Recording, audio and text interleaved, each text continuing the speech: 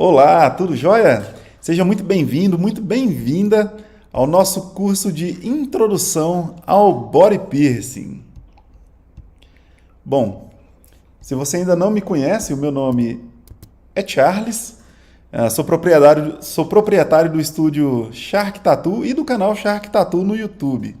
Eu atuo na área desde 1997 e de lá para cá eu já ajudei a milhares de pessoas no Brasil e no mundo a realizarem os seus sonhos. E hoje eu espero que eu te ajude também a dar esse start aí, né? Para que você também possa realizar o seu sonho. Bom, o nosso curso está dividido em 5 aulas, né? Mais a introdução. E nós vamos dividir em 3 partes, tá? Nessa primeira parte a gente vai falar sobre a introdução e a aula 1, que é de joias. E aí na segunda parte a gente vai falar sobre ferramentas, biossegurança e vamos encerrar na terceira parte falando sobre catéter e agulha americana. Também sobre perfurações. Tá bom? Então vamos lá. Pessoal, agora nessa parte de introdução, vamos conversar sobre alguns tópicos aqui. Vale a pena trabalhar com body piercing? Como posso trabalhar com body piercing? Deixa eu colocar a câmera aqui no lugar que não atrapalhe. Aí.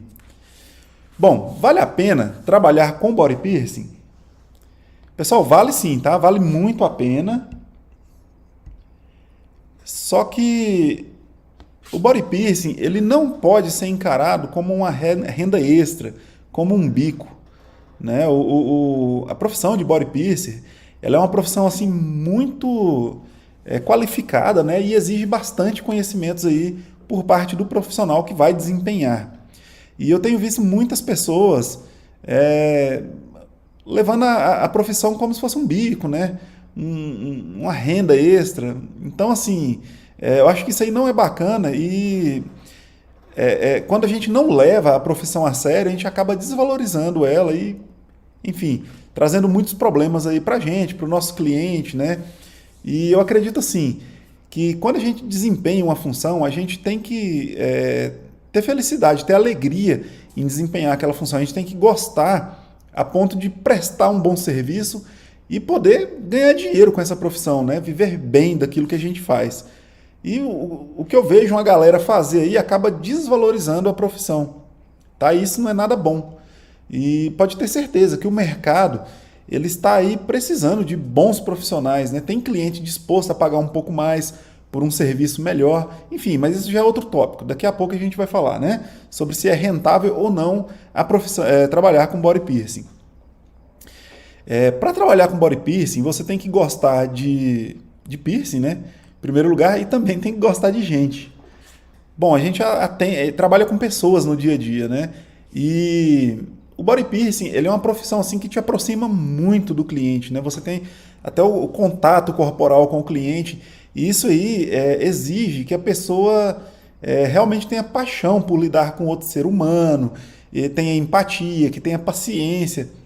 Eu já vi alguns profissionais, por exemplo, tratando o cliente com falta de educação, porque assim, ó, quem vai trabalhar com isso vai ver a mesma situação várias vezes, né? Enfim, as coisas vão se repetindo ao longo dos anos. Porém, para o cliente que chega lá querendo fazer uma perfuração, ele não sabe de nada daquilo, né? Então, quando ele faz uma pergunta que, ao ver de alguns profissionais, né, é uma pergunta um pouco ridícula, vamos dizer assim, na verdade, você tem que ter muita paciência, porque o cliente ele não vive o mundo que você vive, né? Que a gente vive, o que você quer viver. Então, eu vejo, às vezes, a pessoa falando, mas, sei lá, eu posso colocar uma argolinha no nariz, eu posso, sabe? Aí o profissional já trata aquela pessoa com falta de empatia. E a gente tem que entender que quando um cliente entra no estúdio da gente para poder fazer uma perfuração, principalmente quando é a primeira perfuração, aquilo é um momento único para ele. Né? É quase que um evento social, né? Às vezes vai com um amigo, com uma amiga, né? E muitos profissionais ficam nervosos assim, né? Bravos com isso, né? Estressados. Trouxe uma comitiva para... Gente, a gente tem que entender que o cliente, aquele momento é único na vida dele, é uma experiência que ele vai passar e a gente tem que ter essa empatia, tem que ter essa paciência para lidar com o cliente no dia a dia, tá? E o que você precisa para trabalhar com body piercing? Primeiro, tem que ser maior de idade, tem que ter a carteira de vacinação em dia, principalmente com a vacina contra hepatite B e tétano. E também você precisa de ter um curso de biossegurança, tá? Não é exigido nada a mais do que isso para você poder trabalhar. Claro, se você for abrir o estúdio de piercing, um estúdio próprio, aí você vai ter que ter o alvará da prefeitura, o alvará da vigilância sanitária, né? Enfim, alguns documentos aí para poder abrir o próprio estúdio. Mas como profissional, como pessoa, ser maior de 18 anos, carteira de vacinação em dia e um curso de biossegurança.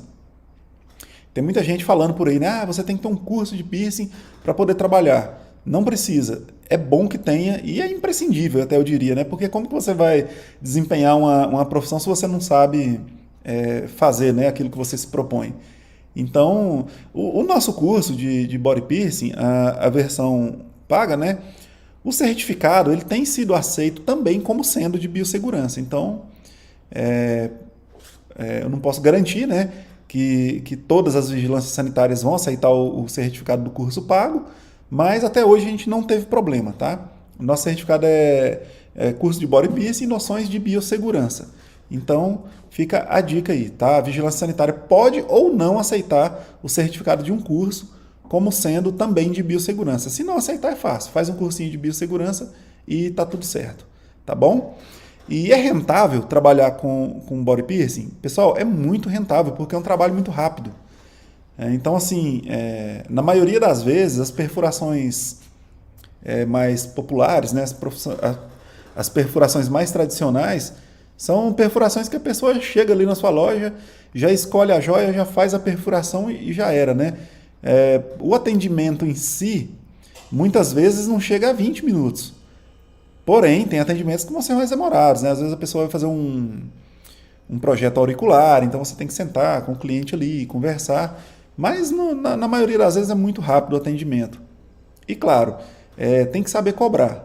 Eu vejo aí muitos profissionais aí fazendo piercing a R$ 30, R$ 20, pelo amor de Deus, gente. Isso não, sabe? Você vai morrer de trabalhar e não vai conseguir ganhar dinheiro. Ah, mas tem muita concorrência. Olha, eu vou te falar uma coisa. Eu tenho concorrência e eu consigo cobrar até um pouco acima do mercado, tá? No começo, tudo é mais complicado, mas ao longo do tempo, você trabalhando com profissionalismo, fazendo a coisa certa, trabalhando direitinho, com um bom atendimento, você vai formar a sua clientela. E você pode ter certeza, tem muita gente disposta a pagar mais por um serviço de qualidade, né? Porque às vezes um mau profissional, ele vai fazer o trabalho sem se preocupar com biossegurança, né? Sem se preocupar com o material da joia. E aquilo pode trazer problemas para o cliente, pode e vai trazer, né? E a gente, nós bons profissionais, ou que queremos nos tornar bons profissionais, o nosso interesse é que aquela perfuração que a gente faz no nosso cliente, ele tenha ela pelo tempo que ele quiser. Ele só vai parar de ter aquela perfuração no dia que ele realmente falar assim, não quero mais usar e tiro. Não porque deu algum problema, ou infecção, ou enfim, porque foi feito um serviço errado, tá? Então é rentável? É muito rentável. Dá para viver bem de body piercing, mas tem que saber cobrar. E para cobrar tem que prestar um serviço bom, tem que trabalhar em um ambiente bom, né? Agradável. E aos poucos ali você vai se formando a sua clientela, né? Fazer uma boa divulgação também. Hoje tem as redes sociais aí que são uma forma de divulgação muito barata, né? Dá para divulgar até organicamente, sem investir. Então é bem bacana, vale a pena sim, tá? Bom, então vamos lá, vamos começar a falar aqui sobre joias. O que é uma joia de body piercing, né? Não é uma joia comum? Não é uma joia qualquer? A gente já vai falar sobre isso, tá? Vamos falar também sobre as principais joias utilizadas e os materiais indicados e não indicados para essas joias. Tá joia? Para joia, tá joia? Deixa eu só aumentar aqui um pouquinho a câmera. Bom, o que é uma joia de body piercing, né? Eu não posso furar com um brinco, não posso... Pessoal, uma joia de body piercing, elas são joias pensadas em... Deixa eu colocar aqui, ó. Ela é pensada em biocompatibilidade, anatomia, cicatrização e também em estética, tá? Deixa eu voltar aqui. Não são joias comuns. A joia de body piercing ela é pensada na biocompatibilidade. O que é a biocompatibilidade? É pensar em um material que seja biocompatível com o nosso organismo, que não vai reagir com o nosso organismo, que não vai causar alergia, ou que seja difícil de causar alergia, né? Um material que não vai oxidar, que não vai enferrujar no nosso corpo, né? E trazer problemas em virtude disso. Então é uma joia que é pensada nessa parte de biocompatibilidade. Ela também é pensada na parte de anatomia. Por quê? Já repararam que tem joias retas, joias mais curvadinhas, né, joias mais grossas, mais finas? Então, tudo isso, os topos, né, os adornos das joias ali, tudo isso é pensado de acordo com a anatomia do local que vai ser feita aquela perfuração. Então, vamos supor aqui, ó, no supercílio, né? Ó, tem essa protuberânciazinha, né? O supercílio, olhando de lado, ele é meio redondinho, assim. Então não poderia ser uma joia reta. Então a gente tem um microbel curvo, que é a joia que vai assentar melhor. No umbigo, por exemplo, também não poderia ser uma joia reta, não poderia ser uma joia circular. Então a joia de umbigo ela é um pouquinho, né, curvada. Então essas joias para body piercing, elas são pensadas também na anatomia. Elas são pensadas também na cicatrização, né? A gente tem vários modelos de joias aí que favorecem mais a perfuração, a cicatrização, o próprio material da joia, enfim, é uma joia realmente pensada para essa finalidade. E por fim, pensada também na estética, né? Porque mesmo que seja uma joia simples, ela tem que ser bonita, ela tem que dar aquele impacto visual para o cliente, né? Não só a parte funcional, mas a parte estética também. Bom, aqui a gente tem as principais joias utilizadas no body piercing. Ó, a gente tem o microbel, o labret, tem gente que chama de labré, né? Tem aí o megabel, barbel, bananabel, também conhecido como navel, tem o nostril, tem a ferradura e o captive ring. Essas são as principais, tá, gente? Mas tem mais coisa aí também. Vamos falar aqui sobre cada uma delas rapidinho? Olha aí, deixa eu tirar a câmera aqui. Olha só, aqui ó, a primeira joia que a gente vai falar hoje é o microbel. O microbel ele está disponível na versão reta, né, e na versão curva. Lembra que eu falei que a joia de piercing ela é pensada também na anatomia? Então, aqui ó, no microbel ó, a gente tem ele retinho e tem ele curvado, tá? Ó, esse reto aqui, ó, menorzinho, esse de 8, por exemplo, ó, a gente poderia usar na região do tragus, tá? Região do hélix. O microbel curvo aqui, ó, de 8, 10 milímetros, supercílio. Então, assim, DAIF. Então, tem, né, cada joia ela é pensada num tipo de anatomia. Aqui a gente tem o labret. Pessoal, o labret, ó, ele é muito parecido com o microbel, tá? A grande diferença é que o microbel ó, tem duas esferas, né? Ele tem dois topos. E o labret, ó, ele tem apenas um topo, tá? Tem apenas um topo e a base dele é achatada. Basicamente, qualquer perfuração que a gente faz com o microbel dá para fazer com o labret, tá? Mas o contrário não é verdadeiro. Por exemplo, tem uma perfuração aqui, o medusa, né, o filtrum, que é feito nessa região aqui, ó. Não dá para fazer com o microbel. Por quê? Lembra que a joia é pensada na anatomia? Então, pensa essa esferinha para dentro da boca, né? Ela vai causar muito atrito no dente, na gengiva, e isso vai causar desgaste do esmalte, retração gengival. Então, o labret, por ter a base achatada, ele é mais propício, né, para ficar para o lado de dentro ali, que ele vai causar menos atrito possível. Tá? Então, tem essas diferenças. Mas, por exemplo, eu poderia usar um labret no tragus, por exemplo, no hélix. Tem gente que até prefere. No próprio lóbulo da orelha, dá para usar ele. Então, né, tem essas diferenças aí. Ó. Aqui a gente tem o megabel, que é uma joia reta, né? Ela geralmente a gente usa ela aqui, ó, no transversal, no industrial, tá? Aí tem ela também de vários tamanhos, né? Aí tem esses topos aqui de esfera, mas tem praticamente toda joia você pode trocar o topo, tá? Dá para colocar o topo de spike, né? Que é aquele de pontinha. Tem topo com pedrinha, tem vários topos aí que dá para usar, inclusive na perfuração inicial, sem causar problema na cicatrização. Aqui a gente tem o barbel, ó. Veja que o barbel ele é parecido com o megabel, tá vendo? Só que ele é um pouquinho mais grosso o eixo. E o barbel, tem muita gente que usa no transversal, tá? Prefere usar, porque a joia mais grossa ela tem mais facilidade de cicatrizar, tá? Mas no caso de usar o barbel aqui no transversal, aí tem que analisar a anatomia, né? Ver se tem borda o suficiente para usar essa joia que é mais grossa. Mas geralmente o barbel é usado na língua. Então, fica essa dica. Dá para usar também no bridge aqui, ó, um menorzinho. Enfim. Aqui a gente tem o Banana Bell, né? Que é a joia de umbigo. Tá? Essa joia, normalmente ela é padrão. E o eixo tem 10 milímetros de comprimento aqui, tá? Existem essas joias com outras medidas de eixo, mas o padrão de mercado é 10 milímetros. E aí a esfera de cima, o topo, a gente tem variações aí que vão de 4 milímetros até 6, 7, 8. A de baixo também, ó. Essa aqui provavelmente é uma de 5. Né? Então tem ela menorzinha, tem ela maior, mas o eixo geralmente é de 10 milímetros. Pessoal, essa joia ela é utilizada só no umbigo, tá?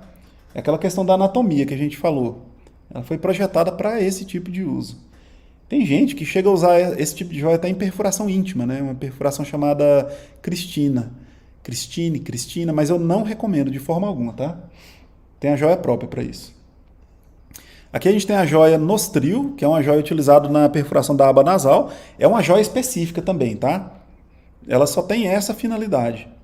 É uma joia aí que é um pouco terrível para os iniciantes, né? Por causa dessa voltinha aqui, ó. Às vezes as pessoas têm dificuldade para passar, né? No começo ali.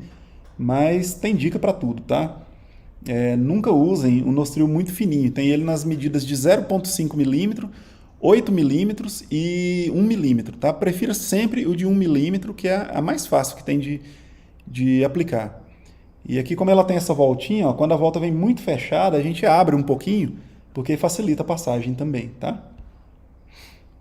Aqui a gente tem a joia chamada ferradura, ou circular barbel. Tá? A gente conhece mais como ferradura. Essa joia, na perfuração inicial, ela é mais usada no septo, tá bom? Até porque eu não aconselho a utilizar joia circular na perfuração inicial, com exceção dos casos que não tem como, que é o caso do septo, por exemplo, né? E aqui o Captive Ring. Basicamente, qualquer perfuração feita com a ferradura dá para se fazer com o Captive Ring também, tá? A diferença é que o Captive Ring ele exige algumas ferramentas. A gente vai falar sobre isso também na próxima etapa do curso. Essa parte aqui, essa esfera, ela é uma conexão, tá? Ela sai e aí ele fica aberto aqui para a gente poder passar na perfuração. E aí depois a gente tem que fechar com uma ferramenta específica e colocar a bolinha de volta, tá? Bom, a gente falou, né, que as joias também tem a questão do material utilizado. E aí eu quero falar aqui sobre os materiais indicados e os materiais não indicados, tá? Ó, aqui a gente tem... Peraí, deixa eu só voltar aqui. Opa, pulei aqui o slide, gente. Então, materiais indicados e não indicados, tá? Primeiro, vamos falar sobre os materiais indicados. Como materiais indicados, a gente tem aqui, ó, o aço cirúrgico, né? Que é a liga, especificamente a liga 316L ou a STM F138. Temos o titânio, que é a liga ASTM F136 e o ouro, né? Tem uma interrogação aqui no ouro. Primeiro eu quero falar sobre o aço cirúrgico, tá? Ele está representado aqui, ó. Aliás, o aço cirúrgico está representado aqui, né? Nessas barras. Aqui do lado esquerdo tem o titânio na forma natural e aqui o ouro na forma natural, tá? Primeiro vamos falar sobre o aço cirúrgico. É o material mais comum que a gente tem para a realização de perfurações. Ele não é o melhor material, mas é um material muito bom. Porém, pode causar... Deixa eu aumentar aqui a câmera. Pode causar alergias em pessoas que têm alergia ao níquel.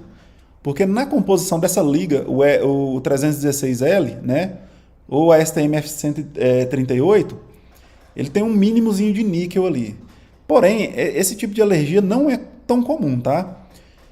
O que é o aço cirúrgico? Eu vou dar um exemplo aqui, ó. Sabe quando a pessoa quebra um osso que dá aquela fratura exposta, que tem que colocar os parafusos ali enquanto o osso cola de novo? Enfim, aquela famosa gaiola, né? Aqueles parafusos, todo aquele material é feito em aço cirúrgico, tá? Então o médico vai furar o osso ali, vai aparafusar, vai fazer toda a estrutura, né, para manter o osso paradinho, quietinho ali no local. E aquilo vai ficar por meses, talvez até anos ali na perna, no braço da pessoa para se recuperar. Aquilo é um ácido cirúrgico, tá? Então, para você ver, ter uma ideia da compatibilidade, da biocompatibilidade desse material, é só pensar nessa situação. Aquilo está parafusado no osso e a pessoa consegue usar por muito tempo até se recuperar, depois tira, né? Normal e vida que segue. Tá bom? Então é um material muito bom. Porém, tem essa questão da alergia do níquel, né? Se a pessoa for alérgica, então ela não vai poder usar. Embora a quantidade de níquel liberado no organismo é muito pouca, mas pode sim dar essas reações. Eu confesso que todos esses anos trabalhando aí, eu não tive muitos problemas com alergia a ácido cirúrgico não, tá? Uma característica bacana do ácido cirúrgico é o brilho. Quando você pule essa joia, o brilho dele ressalta, sabe? É muito, muito intenso. Isso é uma coisa bacana. Porém, só tem a opção de uma cor, né? É a cor prateada mesmo, característica do ácido cirúrgico. Bom, aí a gente tem aqui também o titânio, que é a liga ASTM-F136, que é uma liga aí que... o ácido cirúrgico, pessoal, só voltando aqui rapidinho, ele é um tipo de aço inox, tá? Tem vários tipos de aço inox, só porque o que a gente usa é esse 316L, que é a liga cirúrgica mesmo, é a liga mais apropriada para o nosso caso. As outras ligas de aço inox, elas podem, mesmo que seja inox, elas podem sim enferrujar, podem conter mais níquel e ser prejudicial ao organismo, então tá? A gente tem sempre que usar essa. Ela é a liga 316L, que é mais conhecida aqui no Brasil, ou a STM 138, tá?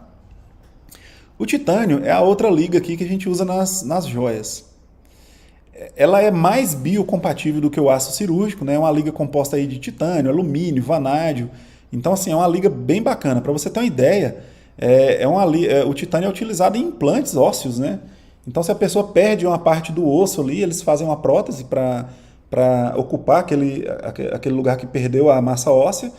E aí o titânio, ele é tão biocompatível que ele vai se ligar no próprio osso e ali fica eternamente no corpo da pessoa. Então, você já vê que é um produto assim, muito biocompatível, né? Porém, muito raramente, pode sim ter pessoas com alergia a esse material. É mais difícil ainda, tá? Eu até hoje, eu nunca tive experiência com nenhum caso de alergia ao titânio. A vantagem do titânio é que ele pode ser anodizado, ele pode ser colorido naturalmente em várias cores aí, pelo processo de anodização. Então isso aí dá uma versatilidade muito grande para o titânio, porque se a pessoa já quer perfurar com a joia dourada, dá para anodizar ele na cor gold, dá para anodizar ele rosa, azul, enfim, várias cores, verde, né? Várias cores aí, o rose gold, que é uma cor que está na moda. Então, isso não vai trazer prejuízo para a perfuração. Ele não vai deixar de ser biocompatível porque foi anodizado. Pelo contrário, o titânio ele é um pouquinho mais poroso do que o aço cirúrgico. Inclusive, isso faz com que ele não tenha um brilho tão intenso quanto o aço cirúrgico. Porém, quando você anodiza ele, ele cria uma camada de óxido de titânio por cima, que dependendo da voltagem que você usar, vai dar cores diferentes, né? E esse óxido acaba meio que selando essas microporosidades que ele tem e acaba até dando um brilho mais intenso ao titânio, tá? Então é um material muito bacana, eu adoro trabalhar com titânio e, assim, hoje é o meu material preferido, favorito para trabalhar. Bom, e por fim aqui a gente tem o ouro, né? O ouro, pode usar ouro? Pessoal, o que acontece? O ouro, eu estava procurando aqui uma joia em titânio para mostrar. Eu acho que nem vale a pena porque não tem tanta diferença assim né, visualmente. Olha, isso aqui é uma joia em titânio. Ela ainda não foi polida, tá? Eu vou polir, vai ficar linda. Bom, o ouro. O que é o grande problema do ouro? O ouro é biocompatível sim, tá? Só que ele é biocompatível na forma natural, como ele sai da natureza. Seria o ouro 24 quilates, né? Que ele é 99,99% de pureza. Porém, o ouro, perdão, o ouro na forma natural, ele é muito molinho, ele é muito maleável. Então, se for fazer uma joia com o ouro na forma natural, ele pode perder a forma com muita facilidade, pode se desgastar com muita facilidade. Então, não é interessante. O que o pessoal faz? Eles colocam um outro metal no ouro para dar uma dureza, né? E aí é onde você tem o ouro 18, o ouro 16, o ouro 14, né? Quanto menor for esse número, mais mistura de outros metais tem no meio ali, tá? Para ele ficar mais duro, para ele ficar mais firme. Só que quando faz essa mistura, para poder fabricar joias, geralmente a mistura é feita com cobre. Principalmente aqui no Brasil, tá? E o cobre, ele é tóxico para o nosso organismo. E aí vai dar problema, muito provavelmente, né? Aí a pessoa fala, mas eu perfurei o meu lóbulo e joia de ouro aceitou, ficou top. Pessoal, o lóbulo, ele é muito fácil de cicatrizar, tá? Tem tecido adiposo, tem muita irrigação sanguínea, então é muito tranquilo. Mas aqui, ó, quando você passa para a região do hélix, aqui, por exemplo, que é um tecido cartilaginoso, aí o bicho pega, porque é um tecido de difícil cicatrização e o cobre contido no ouro pode sim dar problema nessa área, tá? Qual que é a solução? Usar o ouro com liga biocompatível. A indústria 3M tem uma liga biocompatível para misturar com o ouro. Só que não são todos os fabricantes que usam essa liga. Então, se você quiser ter certeza que a joia de ouro pode ser usada para perfuração, você vai ter que se certificar que ela foi fabricada com liga biocompatível, tá bom? Então vamos lá, vamos passar para o próximo aqui. Eu acho que é só isso mesmo. Deixa eu só... Olha só que linda essa pepita de ouro, né? Isso aqui é na forma natural, ó. Aqui é a barra de aço cirúrgico, né? O pessoal, a partir da barra, vai fazer as joias e aqui o titânio na forma natural. Muito bonito também, né? Vamos lá, então. Pessoal, materiais que a gente não deve utilizar na perfuração. O primeiro é a prata, tá? Se você notar aqui, ó, nessa imagem da direita aqui, ó, a gente tem um brinco de prata, ele todo de prata, olha só. Olha o que aconteceu ele com o tempo. Ó. Aí depois de um polimento, olha só como que ele ficou. Brilhante novamente. Até nem tá tão brilhante não, dá para melhorar isso aqui. Mas olha só o que acontece. O que importa para a gente é isso aqui. Olha o que acontece dentro da perfuração. O material oxida, pessoal. E isso aqui pode trazer vários problemas, tá? Então não é aconselhável perfurar com prata. Depois que tiver cicatrizado, que não tiver ferimento nenhum mais, se quiser colocar uma joia de prata, beleza. Porém, saiba que as joias de prata, elas também contêm outros metais, tá? Então você tem vários tipos de prata aí e as misturas podem ter chumbo, estanho, enfim, pode ter várias coisas aí que sim vai causar um mal aí para o seu organismo. Então, para atualização até que vai, mas saiba que ela vai oxidar, ó. E vai soltar, né, partículas lá dentro, enfim. Não é aconselhável. Outra coisa que não é aconselhável de jeito nenhum, ó, são os folheados e bijuterias em geral. Pessoal, o que acontece? Você fala assim, mas eu tenho uma joia folheada a ouro 24, é ouro top, é puro. Tá, beleza. Eu duvido que realmente seja ouro puro, mas o que tem por baixo dessa joia, né? Porque assim como a gente viu aqui, ó, imagina uma joia qualquer revestida por ouro, banhada a ouro, folheada a ouro, né? Ó, você tem a joia aqui, ó. Nesse caso aqui a gente sabe que é titânio. Se ele fosse banhado a ouro 24, ó, poderia usar tranquilo. Mas bijuteria nunca é material nobre. Bijuteria, a grande maioria das vezes, é material ruim. Ali por baixo você pode ter alumínio, você pode ter cobre, né? Cobre é até difícil, né? Mas pode ter chumbo, sabe? Então, ferro comum. E aquilo em contato com o ácido úrico, com a acidez do nosso organismo, vai começar a descascar, vai soltar o folheado lá dentro, pode enferrujar, enfim, pode dar muito problema, tá? Então, folheados e bijuteria em geral e a prata, a gente nunca deve usar. Quando utilizamos materiais, joias e técnicas adequadas, a gente diminui os riscos, né? E a gente aumenta as chances do sucesso da perfuração. Isso demonstra profissionalismo e acaba fidelizando o cliente. O body piercing, ele não é uma matemática exata. Então, assim, não tem como eu garantir, vou fazer a perfuração e vai ficar 100%. Mas, se a gente usar, né, os materiais, joias e técnicas adequadas, a gente aumenta as chances do sucesso dessa perfuração. E o que que acontece? O cliente ele sente confiança na gente, ele vai ver que a gente entende do que está falando, do que está fazendo, e ele vai estar disposto a pagar um pouco mais, né? Ele não vai querer ir em outro profissional, ele vai querer ir em você, porque ele fala, não, aquela pessoa entende, sabe o que está falando, tem autoridade no assunto, né? Usa coisa boa, sabe me instruir a respeito de cuidados, enfim, tá? Vamos passar aqui para o próximo. Pessoal, a aula de hoje foi essa. Nossa, eu estava até empolgado aqui, mas já vou gravar a outra, tá? E daqui a pouco já vai estar disponibilizado aí para você poder assistir também. Obrigado por assistir até aqui, tá? E na próxima aula a gente vai falar sobre ferramentas e biossegurança. Ó, massa, muito bacana a aula, tá? Coisas muito importantes, principalmente a questão da biossegurança, tá bom? Obrigado por assistir e até daqui a pouco.